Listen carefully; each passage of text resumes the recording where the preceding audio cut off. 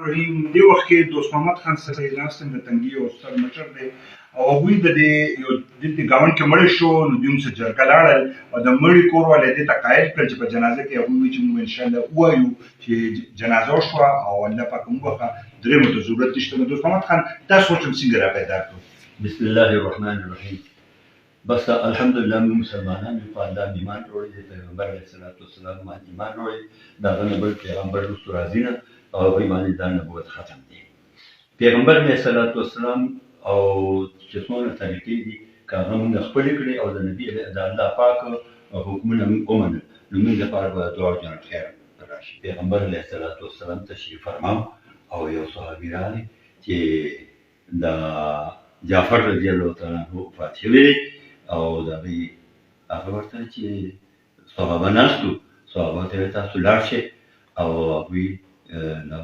روټۍ انتظام وکړئ، خو چې د هغوی نه ونه خورئ، ولې چې یو خو هغه ته مړی پروت دی، یو د هغه په ذهن کې که دا خبره راشي چې یار دې مېلمنو له به ډوډۍ ورکړو یا دی نو هغه د مړي دغه به د هغه د ذهن نه ټول وځي، نو هغه مړي چې کوم دی هغه بیا داسې ګډوډ شي. نو موږ له پکار دي چې د اسلام مطابق د پیغمبر علیه السلام په طریقو باندې که روان یو نو دا زموږ لپاره ډېر د خیر وګرځي. نو هغه طریقې بیا ما د یو عالم نه وکړه چې دا اصلي طریقه دا ده،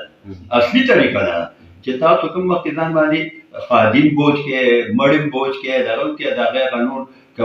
طریقې دي هغه هېرې شي نو ټول په رواجونو کې چې راشي نو اسلام کې رواج موایي نشته. اسلام کې به د الله حکم منې او د پیغمبر علیه السلام طریقه دا اصلي طریقه دا ده. د دې نه علاوه که ته مخکې دانګې نو هغه ستا بیا د ګړل ته د بوډېدو ویره ده.